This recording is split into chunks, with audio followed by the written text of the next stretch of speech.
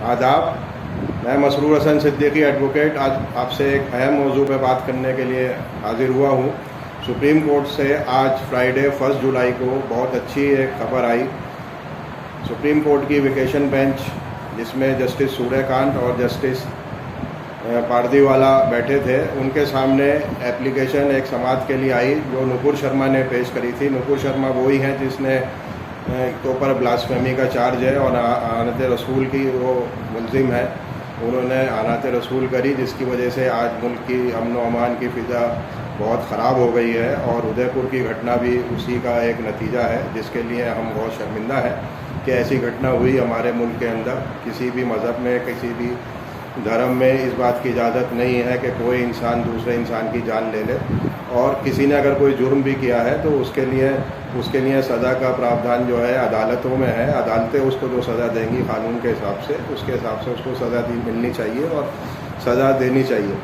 किसी इंसान को दूसरे इंसान को चोट पहुंचाने का या उसकी जान लेने का बिल्कुल भी अधिकार नहीं है। नुपुर शर्मा के बयान को लेके जहां पूरे देश में रोष था, तो पूरे देश में लोगों ने जगह जगह उनके खिलाफ एहतजाज भी किया और पुलिस में कंप्लेंट्स भी करी, और मुल्क के मुख्तलिफ़ शहरों में, अलग अलग सूबों में उनके खिलाफ FIR दर्ज हुई, जिसमें मुंबई में कई FIR दर्ज हुई हैं, हैदराबाद में दर्ज हुई, श्रीनगर में दर्ज हुई और दूसरी जगह भी हुई है।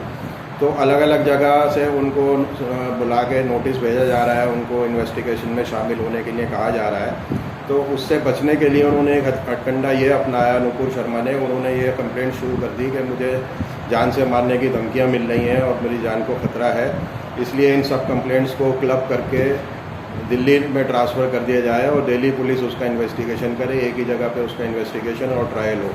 तो ये वाली एक एप्लीकेशन लेके सुप्रीम कोर्ट पहुंची थी, जहां सुप्रीम कोर्ट के ऑनरेबल जस्टिस सूर्यकांत और जस्टिस पारदीवाला ने इसकी समाअत करते हुए आज उनको खूब लताड़ा है और उनको खूब बुरा कहा है कि आपकी वजह से आज मुल्क के हालात ख़राब हुए हैं। और कोर्ट ने यह भी रेफ़र किया कि जो उदयपुर की घटना है ये उन्हीं के बयान का नतीजा है। सुप्रीम कोर्ट ने कहा कि आपके जो बयान था उससे देश में इमोशंस इतने इग्नाइट हो गए, इतनी भावनाएं आहत हुई लोगों की, जिसकी वजह से देश में रोष हुआ और जगह जगह दंगे भी हुए और मुजाहरे हुए, और उसका एक नतीजा उदयपुर की घटना भी है।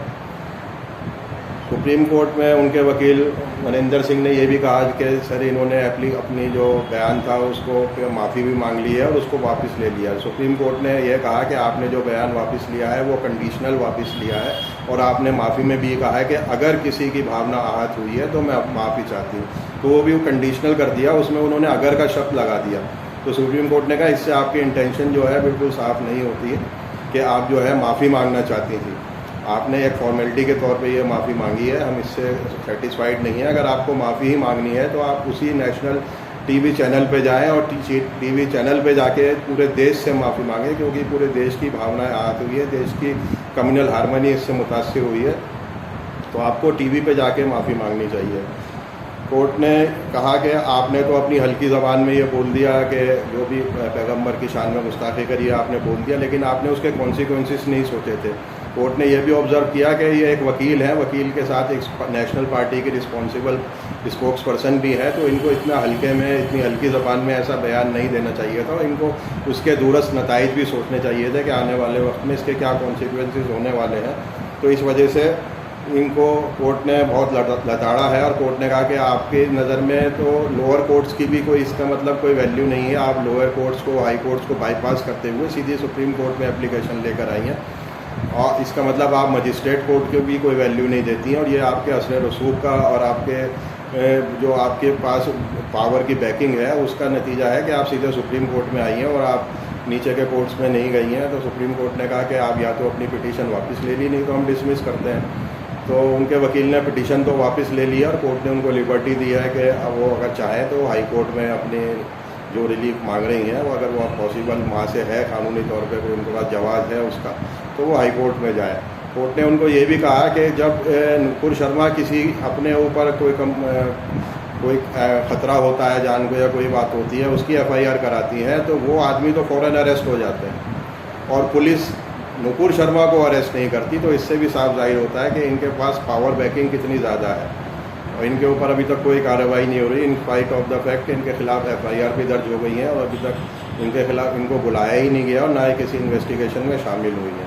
तो कोर्ट का ये बहुत अच्छा आज का फैसला है, हम इसकी सताइश करते हैं। और हम हमारे लिए अदलिया ही जो है इस मुल्क में अब हमें चिराग नज़र आ रहा है, उम्मीद का चिराग है जो नज़र आ रहा है। बाकी एडमिनिस्ट्रेशन से और शासन प्रशासन से तो हमें कोई उम्मीद नहीं है।